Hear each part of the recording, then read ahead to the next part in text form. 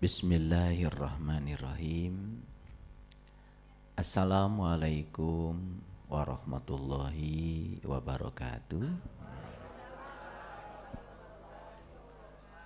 Salam sejahtera untuk kita semua. Om Swastiastu, Namo Buddhaya, salam kebajikan, Sampurasun. Rahayu Sagung Dumadi. Semoga seluruh makhluk hidup di semesta ini, baik yang kelihatan maupun yang tidak kelihatan, setiap ruang dan waktu, di semua tingkatan, senantiasa hidup berbahagia. Kita bersyukur atas hari baru yang masih dititipkan semesta kepada kita. Sepanjang tubuh ini masih diizinkan bernafas, berarti semesta masih akan menggunakan kita sebagai tangannya. Oleh karena itu, mari kita bersyukur atas semua limpahan kasih sayang tanpa batas, bersama-sama memujinya dengan membaca hamdalah. Alhamdulillahirabbil alamin. Mari kita awali proses belajar kita hari ini bersama-sama memohon ridho dan berkah Allah. Semoga Allah meridhoi, memberkahi dan melimpahkan ilmu yang akan menjadi penolong bagi kita, seraya menyapa asmanya dengan kelembutan dan cinta dengan membaca basmalah. Bismillahirrahmanirrahim. Saya ingin berbagi pengalaman tentang betapa dahsyatnya kekuatan perasaan.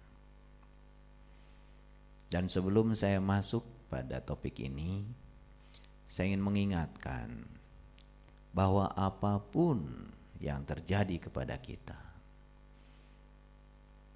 orang yang didatangkan di sekitar kita, kejadian, peristiwa, semua itu sebetulnya adalah perasaan kita yang telah menariknya.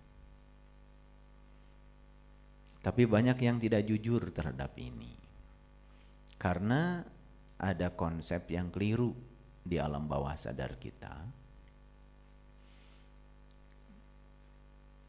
di mana kita menganggap seakan-akan segala sesuatu yang terjadi itu sumbernya sama, yaitu Tuhan. Padahal Tuhan itu adalah sumber cinta, sumber keindahan, sumber kebaikan, sumber kedamaian, sumber keberlimpahan. Jadi sederhana sebetulnya. Orang yang hidupnya harmonis, berkelimpahan, sehat, waras, apapun yang dia butuhkan selalu ada, itu karena dia sudah mampu menggunakan kekuatan Tuhan dalam dirinya. Dan sebaliknya orang-orang yang hidupnya berantakan, sakit, kekurangan, hubungan sosial terganggu, itu sebetulnya bukan dari Tuhan. Itu berasal dari ketiadaan Tuhan. Loh, memangnya Tuhan pernah tidak ada? Ya tentu saja, Tuhan selalu ada, karena Dia meliputi seluruh ruang dan waktu. Tetapi kita ada fase di mana kita merasakan ketidakhadirannya. Oleh karena itu, gelap dengan terang itu bedanya. Kalau gelap itu adalah ketiadaan cahaya, Kalau terang itu adalah kehadiran cahaya. Jadi kebaikan itu karena kehadiran Tuhan, sedangkan semua yang sebaliknya itu karena ketidakhadiran Tuhan.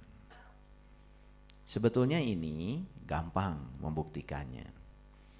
Coba saat kita berani melakukan sesuatu yang melawan jiwa kita sendiri, kan kita sebetulnya sedang berbohong pada diri sendiri. Dan saat itu kita mengalami ketidakhadiran Tuhan. Memangnya Tuhan pernah meninggalkan tubuh ini? Tentu saja tidak. Tetapi kesadaran kita yang meninggalkan. Nah, kenapa saya sampai memberi judul yang spesifik hari ini? Dahsyatnya kekuatan perasaan. Karena ternyata semua ilmuwan yang bergerak di bidang neuroscience sepakat bahwa kreator kehidupan kita sebenarnya kita sendiri. Jadi Allah itu hanya menunggu proposal dari kita, hanya menunggu usulan dari kita. Jadi Allah itu sang keberadaan sering disebut Robbil Alamin, sang kehadiran, sang fasilitator, hanya menunggu proposal dari kita. Makanya Allah itu mengatakan, ya Allah itu tergantung kepada dirimu sendiri. Hidupmu mau seperti apa, sebetulnya itu diawali dari diri kita. Nah, ada dua yang harus diperhatikan dalam diri kita, yaitu pikiran dan perasaan. Pikiran itu ibarat mobil, dia itu tidak punya daya apa-apa kalau belum diisi bensin. Karena mobil itu baru punya kemampuan secara fungsional kalau diisi bensin. Nah, mobilnya itu adalah pikiran. Sedangkan perasaan itu adalah bensinnya. Nah, oleh karena itu maka apa yang dipikirkan ketika kita memberi rasa yang dalam, itu artinya kita memang sungguh-sungguh ingin agar yang dipikirkan itu terjadi. Nah, di akhir sesi nanti kita akan meditasi untuk mengkreasi apa yang kita mau. Dan nanti kita lihat beberapa hari ke depan. Jangan heran kalau ada sesuatu yang spektakuler terjadi dalam kehidupan kita. Dan kita buktikan itu. Kita akan belajar dulu bagaimana cara semesta bekerja. Karena mekanisme ini harus dipahami. Sehingga kalau nanti terjadi, kita sudah punya pola. Nah, sebelum kita masuk pada dahsyatnya kekuatan perasaan, saya ingin menyampaikan beberapa dasar dulu. Bisa dilihat ya di slide yang sudah saya tampilkan. Ini adalah Quran Surat Al-Mulk. Quran Surat Al-Mulk itu surat ke-67 ayat yang pertama. Makanya kan umat Islam banyak sekali ya, kalau lagi susah baca aja Quran Surat Al-Mulk. Betul, kalau lagi susah baca Quran Surat Al-Mulk. Tapi bacanya bukan luarnya saja. Maksudnya tangkap pesannya, lalu dijadikan sebagai pedoman untuk kehidupan kita. Ya, saya tidak akan membahas seluruhnya Quran Surat Al-Mulk. Jadi saya hanya membahas ayat pertama saja. Di ayat ini Allah mengatakan, ya, Tabarakallazi biyadihil mulk wa huwa ala kulli syai'in qadir. Maha suci Allah yang di tangannya lah segala kerajaan, dan Dia maha kuasa atas segala sesuatu. Ulangi ya, maha suci Allah yang di tangannya lah segala kerajaan, dan Dia maha kuasa atas segala sesuatu.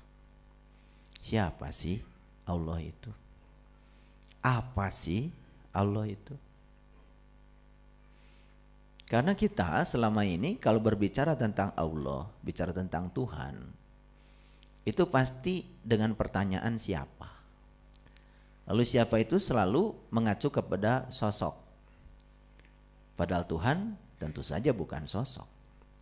Karena kalau dia sosok tidak mungkin meliputi seluruh makhluk. Bagaimana dia ya maha kuasa atas segala sesuatu kalau dia adalah sosok. Seperti kita nih. Kita kan sosok. Tangan kita terbatas. Kita tidak bisa menguasai segala sesuatu. Begitu saya sedang ada di tempat ini, saya meninggalkan rumah saya juga sudah tidak punya kuasa dengan rumah saya. Jadi yang disebut dengan maha kuasa itu berarti dia sangat menguasai yang dikuasainya. Ya, kalau kita ini boro-boro menguasai sesuatu yang di luar diri kita, kadang-kadang menguasai diri kita saja nggak sanggup. Coba menguasai pikiran dan perasaan kita saja sudah nggak sanggup. Ya, nah kapan kita nggak sanggup? Ketika kita tidak merasakan kehadirannya.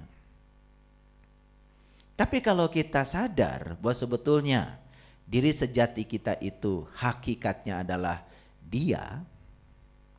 Ulangi, kalau kita sadar bahwa diri sejati kita hakikatnya adalah Dia, kan sebetulnya yang membuat kita berdaya itu karena Dia pernah meniupkan ruhku, bukan ruhmu. Jadi sebetulnya yang ada dalam diri kita itu ruhku. Kalau ruhku berarti kan ruh Dia.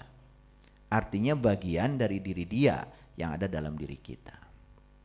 Nah, kalau Dia yang meliputi semesta raya ini maha kuasa, berarti sesungguhnya sifat yang mewakili kita pun yang sedang ada dalam diri kita juga maha kuasa. Nah, kalau kita mampu menggunakan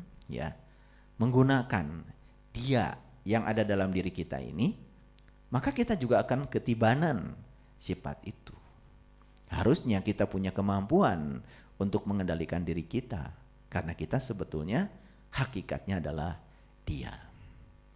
Paham ya? Oke. Itu ayat yang saya sampaikan sebagai dasar. Lalu yang kedua, kita sering mendengar ayat ini. Quran surat Al-Fussilat, surat ke-41 ayat 53. Sanurihim ayatina fil afaq wa fi anfusihim hatta yatabayyana lahum annahul haq. Awalam yakfi bi rabbika annahu ala kulli syai'in syahid. Kami akan memperlihatkan kepada mereka tanda-tanda kami di segala ufuk. Ufuk itu wilayah, di segala ruang dan waktu. Dan pada diri mereka sendiri. Hingga jelas bagi mereka kebenaran itu. Ya, tidakkah cukup bahwa sesungguhnya Tuhanmu menjadi saksi atas segala sesuatu. Jadi Tuhan itu menyatakan bahwa Dia itu meliputi segala ufuk. Dan Dia juga meliputi dirimu sendiri. Jadi Tuhan itu bukan sekedar meliputi segala ufuk, tapi juga meliputi diri kita sendiri. Jadi ayat ini memberikan informasi, berarti diri kita diliputi oleh Dia. Kalau kita sadar bahwa diri kita diliputi oleh Dia, bahkan diri kita yang sebenarnya sesungguhnya adalah Dia sendiri, karena sebetulnya kita yang tidak ada. Makanya ketika Dia ada, maka kita yang tidak ada. Ketika kita merasa ada, Dia yang tidak ada. Gitu. Nah, oleh karena itu maka kita tidak akan bisa menemukan kebenaran tentang Dia yang meliputi diri kita kalau kita tidak mengenali siapa diri kita. Makanya kembali lagi, sumber pengetahuan utama yang harus kita ketahui dalam kehidupan ini adalah pengetahuan tentang siapa diri kita. Karena kalau kita tidak tahu siapa diri kita, kita juga tidak akan tahu siapa Tuhan kita. Makanya Nabi Muhammad jelas-jelas mengatakan, man arofa nafsahu faqad arofa rabbahu. Siapa yang kenal dirinya, maka dia akan kenal Tuhannya. Jadi pengetahuan tentang diri ini menjadi pengetahuan utama dan pertama yang harus diketahui oleh kebanyakan orang. Tidakkah cukup bahwa sesungguhnya Tuhanmu menjadi saksi atas segala sesuatu? Kan saya sering mengatakan, Dia itu maha hidup, maha hidup. Dia itu suka tidur? Tidak. Dia itu suka terkantuk? Tidak. Kata siapa? Ya kata dia sendiri. Karena dia yang mengatakan, Allahu la ilaha illa huwal hayyul qayyum. La ta'khuduhu sinatu wala naum. Dia berdiri tegak, tidak bergantung pada siapapun, tidak bergantung pada apapun, tidak pernah tertidur, tidak pernah terkantuk. Nah, bukti bahwa dia tidak pernah tidur dan terkantuk, yang paling gampang adalah nafas kita. Saat kita sedang tidur, maka ya mata kita tertidur, telinga kita tertidur, mulut kita tertidur, tapi napas kita nggak ikut tidur. Apa sih tidur itu? Tidur itu sebetulnya istirahatnya pikiran bagi yang bisa. Ada juga yang tidurnya pikirannya nggak istirahat, makanya tidurnya tidak deep sleep. Makanya kualitas tidur seseorang itu menentukan kualitas hidupnya. Maka yang tidurnya tidak bagus, pasti kualitas hidupnya juga tidak bermutu.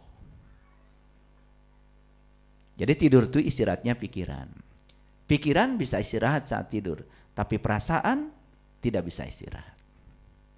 Makanya walaupun kita sedang tidur, rasa kita itu tetap aja hidup. Kenapa? Karena ada Sang Maha Hidup. Karena Sang Maha Hidup tidak ikut tidur, boro-boro tidur, ngantuk saja tidak. Makanya kalian lagi tidur kan pengen pipis, bangun kan? Coba kalau nggak pengen pipis, rasa itu tidak ada, ya sudah, kasur king coilmu itu, ya, iya, ya bau pesing, ya, bed cover sutra itu yang mahal, bau pesing. Gitu. Untung kita selama tidur masih diberi rasa. Nah, rasa itu siapa sebetulnya? Siapa pemilik rasa? Tadi makan ya? Makan. Makan apa tadi? Bakso. Kok tahu itu bakso? Tahu rasanya bakso? Tahu. Bisa merasakan rasanya? Bisa. Siapa sih yang merasakan bakso? Kita sampai tidak sadar bahwa sebetulnya yang merasakan dia, yang dirasakan juga dia. Tadi di bakso ada asin-asinnya enggak? Ada. Kelihatan asin? Enggak kelihatan. Yang dimasukkan ke bakso itu garam. Tapi yang dirasakan kok asin? Coba, bisa enggak Bapak Ibu memisahkan asin dari garam? Yang dibutuhkan kan asin, tapi tetap yang dibeli garam. Tapi sampai sekarang belum ada orang yang bisa memisahkan rasa asin dari garam. Coba kalau kita lebih dalam lagi, siapa sih sesungguhnya rasa itu? Kita masih mencari dia di luar diri kita. Padahal justru karena kehadiran dia dalam diri kita yang berwujud sebagai nafas, kita bisa merasakan, oh ini bakso. Begitu kita kelebihan ngasih cabai, rasa juga bilang, duh pedes, kan gitu. Betul nggak? Coba, hebat kan? Nah yang gitu saja sampai kita tidak merasakannya. Karena kita hidup dalam keadaan tidak berkesadaran. Yuk sekarang kita akan masuk lebih dalam. Jadi dia itu bukan sekedar meliputi segala ufuk, tapi meliputi dirimu sendiri. Nah, kalau kita diliputi oleh Dia, berarti Dia yang meliputi alam semesta kan sifatnya sama dengan Dia yang meliputi diri kita sendiri. Harusnya kalau kita bisa menggunakan kekuatan Dia di dalam diri kita, harusnya hidup kita menakjubkan. Makanya kita akan menggunakan sekarang kekuatan rasa itu untuk mengkreasi kehidupan kita. Pastikan semua orang ingin hidupnya sehat, hubungan baik, betul nggak? Dompet tebal, kan pasti kan? Pasti. Semua yang diinginkan oleh kita pasti yang kita suka. Tidak ada yang menginginkan yang tidak dia suka. Paham ya? Nah, oleh karena itu sadar kalau sehat itu ya dari Allah, kalau sakit dari kesalahanmu sendiri. Semua yang bersifat kekuatan positif itu dari Dia. Semua yang sebaliknya itu karena ketiadaan kekuatan positif. Karena kita belum bisa menggunakan Dia sepenuhnya, belum merasakan kehadiran Dia dalam diri kita sepenuhnya. Makanya kita nanti akan mengakhiri sesi ini dengan meditasi. Siap? Oke. Lanjut dulu, cerita-cerita dulu, santai dulu. Santai aja ya, santai aja. Belajarnya santai. Mau kakinya diselonjorkan ke depan, selonjorkan. Santai aja, santai ya, santai. Baik, kita lanjutkan ayatnya. Ya, ini Al-Fussilat ayat 54. Ya. Nah, Al-Fussilat 54 yang tadi lanjutannya dari yang ke-53 tadi. Ala innahum fi miryatim miliqa'i rabbihim ala innahu bikulli syai'im muhit. Ingatlah bahwa sesungguhnya mereka adalah dalam keraguan tentang pertemuan dengan Tuhan mereka. Ingat bahwa sesungguhnya Dia maha meliputi segala sesuatu. Aneh ya, Dia maha meliputi segala sesuatu. Berarti kalau Dia maha meliputi segala sesuatu, Dia meliputi diri kita? Tapi masih ada ya orang yang memiliki keraguan tentang pertemuan dengan Dia. Padahal setiap saat Dia mengunjungi kita. Dia tidak pernah meninggalkan kita. Justru kita yang merasakan ketidakhadirannya. Jadi sebetulnya Dia itu setiap saat mengunjungi rumah ini, cuman kita saat Dia mengunjungi rumah ini, kita malah tidak ada di rumah. Itulah sumber kegelapan. Jadi bukan berarti ada ruang di semesta ini yang tidak ada kehadirannya. Tidak mungkin, karena tidak ada di semesta ini ruang yang tidak ada kehadirannya. Karena Dia meliputi, maha meliputi segala sesuatu. Tapi kita sendiri yang sering merasa bahwa Dia tidak bersama kita. Betul? Nah, kalau kita terus merasakan kehadirannya di setiap ruang dan waktu, ini yang akan membawa kehidupan yang menakjubkan. Nah, kita buktikan ya. Oke, baik. Bisa mengerti ya ayat-ayat ini? Oke, baik ya. Pertanyaan saya, berarti ada satu kekuatan enggak dalam diri kita? Ada satu hal yang dahsyat gak yang memberikan daya ke dalam diri kita? Nah, kekuatan itu sudah terbukti, yaitu karena kehadiran Dia. Bayangkan ya, ketika kita kehilangan nafas, saat itu tubuh kita kehilangan segalanya. Mata kita tidak fungsional, telinga kita tidak fungsional, bahkan lidah kita yang tidak berhenti makan itu, begitu nafas berhenti, sudah tidak ada fungsinya lagi.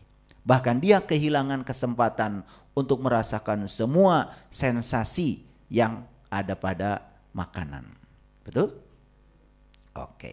Tapi kita juga kadang-kadang karena tidak sadar saat makan pun ya lebih banyak mengeluh. Ya. Ini enggak enak, itu enggak enak. Betul enggak? Iya. Ini kurang itu. Tuh. Karena itu kesadaran lagi-lagi. Baik ya, kita mulai pelan-pelan ya. Ada daya tertinggi dan kekuatan yang dahsyat yang meliputi dan mengatur alam semesta yang tiada bertepi. Setuju? Setuju? Oke. Kalau tidak ada kekuatan itu, bumi kita pun tidak akan bisa berputar. Bumi kita pun tidak akan bisa mengelilingi matahari. Bahkan matahari pun tidak bisa dikelilingi oleh bumi. Bahkan semua planet-planet yang ada di semesta ini, semua bintang-bintang yang ada di semesta ini pun tidak mungkin bisa berada di posisinya masing-masing. Pernahkah kita sadar bahwa sebetulnya ruang kosong ini jauh lebih dahsyat daripada isinya? Ruang kosong ini lebih tak terbatas daripada isinya.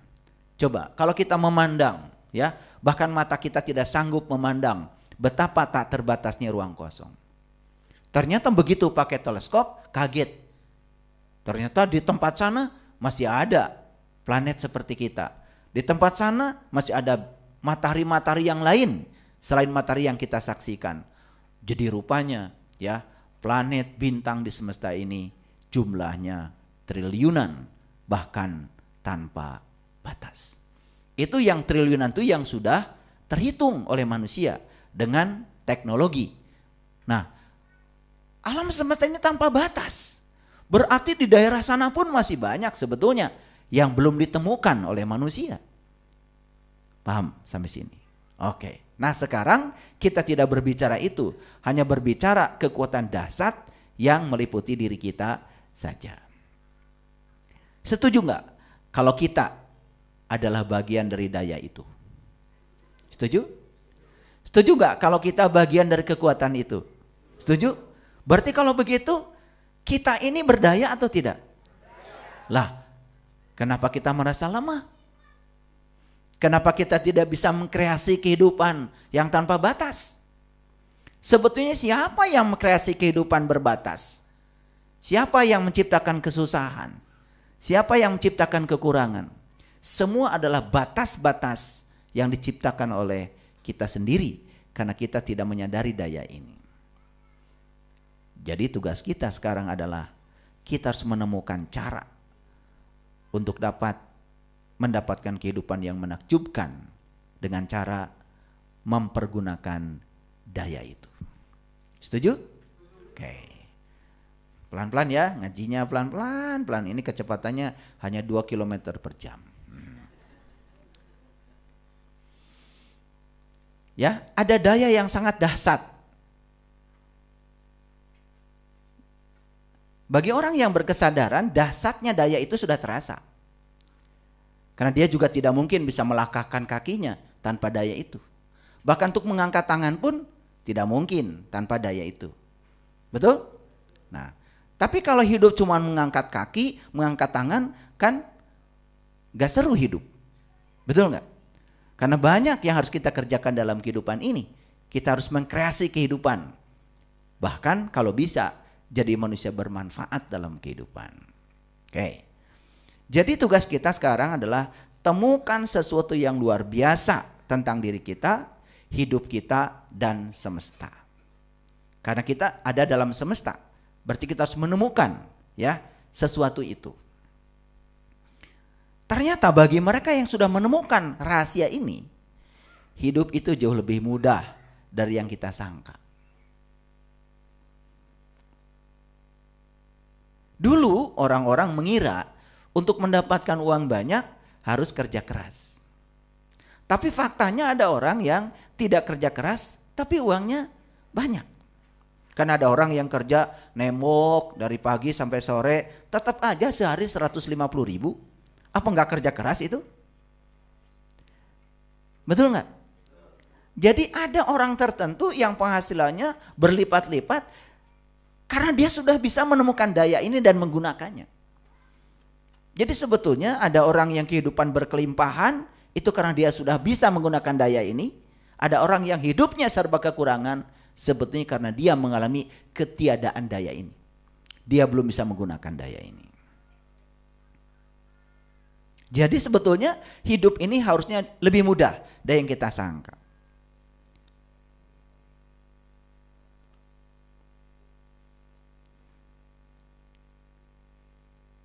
Siapapun yang sudah menemukan daya itu, maka dia hanya tinggal menunggu keajaiban dari hidup. Kapan? Saat ini. Cuman memang daya ini tidak bisa diungkapkan dengan kata-kata. Namun daya itu nyata. Ada. Ada kan? Coba angkat tangannya. Tuh. Kok tangan bisa terangkat ya? Kenapa? Nah, tapi ada daya juga kalau tidak ada keinginan, tangan tidak terangkat. Betul nggak? Karena ada keinginan dulu, ada keinginan mengangkat tangan, lalu daya bekerja. Jadi sebetulnya asal punya keinginan, daya bekerja. Coba sekarang angkat tangan lalu putar-putar tangannya. Loh kok bisa muter tangannya? Nah, karena ada daya di sini dan ada keinginan ingin memutarkan tangan. Jadi rupanya daya itu baru bekerja kalau ada keinginan. Nah, kenapa sih cuman ingin muter-muter tangan aja? Betul nggak? Gitu. Coba sekarang ya, ambil uangnya yang ada di dompet, ambil. Ambil. Keluarkan aja. Nggak akan diminta sama saya.